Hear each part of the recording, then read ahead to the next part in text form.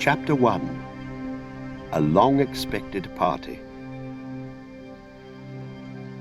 When Mr. Bilbo Baggins of Bag End announced that he would shortly be celebrating his 111st birthday with a party of special magnificence, there was much talk and excitement in Hobbiton. Bilbo was very rich and very peculiar, and had been the wonder of the Shire for 60 years, ever since his remarkable disappearance and unexpected return. The riches he had brought back from his travels had now become a local legend, and it was popularly believed, whatever the old folk might say, that the hill at Bag End was full of tunnels stuffed with treasure.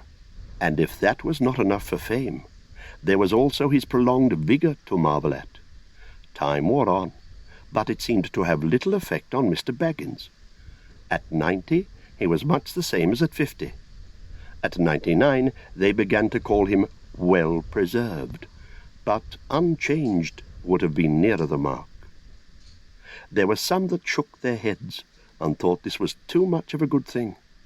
It seemed unfair that anyone should possess, apparently, perpetual youth as well as, reputedly, inexhaustible wealth. "It will have to be paid for," they said. "It isn't natural, and trouble will come of it." But so far trouble had not come, and as Mr. Baggins was generous with his money, most people were willing to forgive him his oddities and his good fortune. He remained on visiting terms with his relatives, except, of course, the Sackville Bagginses, and he had many devoted admirers among the hobbits of poor and unimportant families. But he had no close friends until some of his younger cousins began to grow up. The eldest of these, and Bilbo's favourite, was young Frodo Baggins. When Bilbo was 99, he adopted Frodo as his heir, and brought him to live at Bag End, and the hopes of the Sackville Bagginses were finally dashed. Bilbo and Frodo happened to have the same birthday, September the 22nd.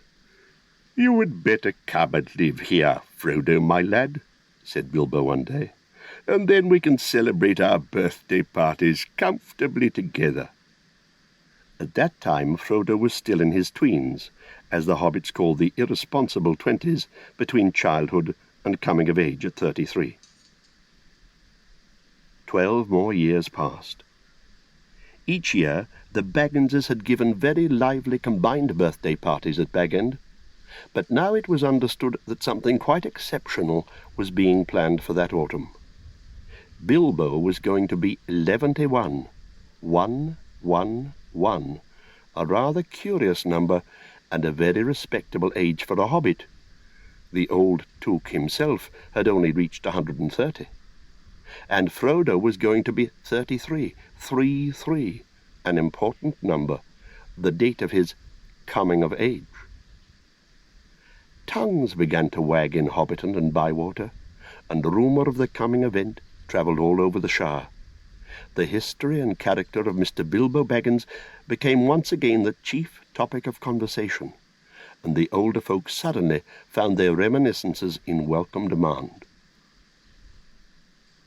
No one had a more attentive audience than old Ham Gamgee, commonly known as the Gaffer. He held forth at the Ivy Bush, a small inn on the Bywater Road, and he spoke with some authority, for he had tended the garden at Bag End for 40 years, and had helped old Holman in the same job before that. Now that he was himself growing old and stiff in the joints, the job was mainly carried on by his youngest son, Sam Gamgee. Both father and son were on very friendly terms with Bilbo and Frodo. They lived on the hill itself, in number 3 Bagshot Row, just below Bag End. "A very nice, well-spoken, gentle hobbit is Mr. Bilbo, as I've always said," the Gaffer declared, with perfect truth, for Bilbo was very polite to him, calling him Master Hamfast, and consulting him constantly upon the growing of vegetables. In the matter of roots, especially potatoes, the Gaffer was recognized as the leading authority by all in the neighbourhood, including himself. "But what about this Frodo that lives with him?" asked old Noakes of Bywater. Baggins is his name, but he's more than half a brandy-buck, they say. It beats me why any Baggins of Hobbiton should go looking for a wife away there in Buckland, where folks are so queer." "And no wonder they're queer," put in Daddy Two-Foot, the gaffer's next-door neighbour, "if they live on the wrong side of the Brandywine River, and right agin the old forest. That's a bad place, if half the tales be true." "You're right, Dad," said the gaffer. "Not that the brandy-bucks of Buckland live in the forest, but they're a queer breed, seemingly. They fool about with boats on that big river, and that isn't natural.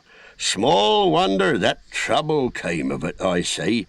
But be that as it may, Mr. Frodo is as nice a young hobbit as you could wish to meet.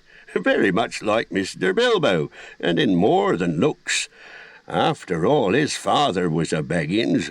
A decent, respectable hobbit was Mr. Drogo Baggins. There was never much to tell of him, till he was drownded." "Drownded?" said several voices. They had heard this and other darker rumours before, of course, but hobbits have a passion for family history, and they were ready to hear it again. "Well, so they say," said the gaffer. "You see, Mr. Drogo, he married poor Miss Primula Brandybuck. She was our Mr. Bilbo's first cousin on the mother's side, her mother being the youngest of the old Took's daughters, and Mr. Drogo was his second cousin.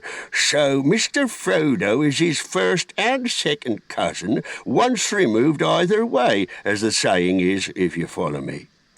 And Mr. Drogo was staying at Brandy Hall with his father-in-law, old Master Gorbodoc, as he often did after his marriage, him being partial to his victuals, and old Gorbodoc keeping a mighty generous table.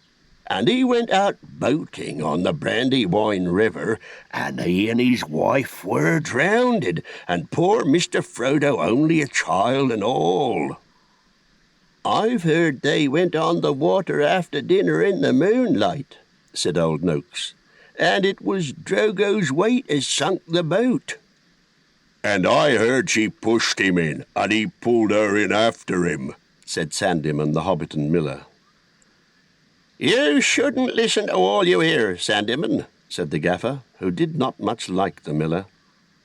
"There isn't no call to go talking of pushing and pulling. Boats are quite tricky enough for those that sit still without looking further for the cause of trouble. Anyway, there was this Mr. Frodo left an orphan and stranded, as you might say, among those queer Bucklanders, being brought up anyhow in Brandy Hall. A regular warren by all accounts. Old Master Gorbodoc never had fewer than a couple of 100 relations in the place. Mr. Bilbo never did a kinder deed than when he brought the lad back to live among decent folk. But I reckon it was a nasty knock for those Sackville Bagginses. They thought they were going to get Bag End that time when he went off and was thought to be dead. And then he comes back and orders them off, and he goes on living and never looking a day older, bless him. And suddenly he produces an heir, and has all the papers made out proper.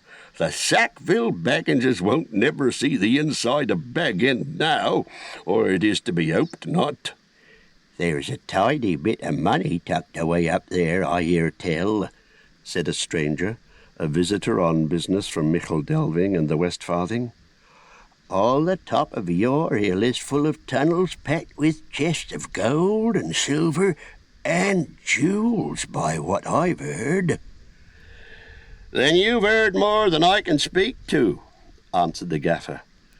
"I know nothing about jewels. Mr. Bilbo is free with his money, and there seems no lack of it, but I know of no tunnel-making. I saw Mr. Bilbo when he came back, a matter of 60 years ago, when I was a lad. I'd not long come 'prentice to old Holman, him being my dad's cousin. But he had me up at Bag End helping him to keep folks from trampling and traipsing all over the garden while the sale was on. And in the middle of it all, Mr. Bilbo comes up the hill with a pony and some mighty big bags and a couple of chests. I don't doubt they were mostly full of treasure he had picked up in foreign parts, where there be mountains of gold, they say, but there wasn't enough to fill tunnels. But my lad Sam will know more about that. He's in and out of Bag End. Crazy about stories of the old days he is, and he listens to all Mr. Bilbo's tales. Mr. Bilbo has learned him his letters, meaning no harm, mark you, and I hope no harm will come of it. Elves and dragons, I says to him. Cabbages and potatoes are better for me and you. Don't go getting mixed up in a business of your betters, or you'll land in trouble too big for you, I says to him. And I might say it to others, he added with a look at the stranger and the miller. But the gaffer didn't convince his audience. The legend of Bilbo's wealth was now too firmly fixed in the minds of the younger generation of hobbits. Ah, but he has likely enough been adding to what he brought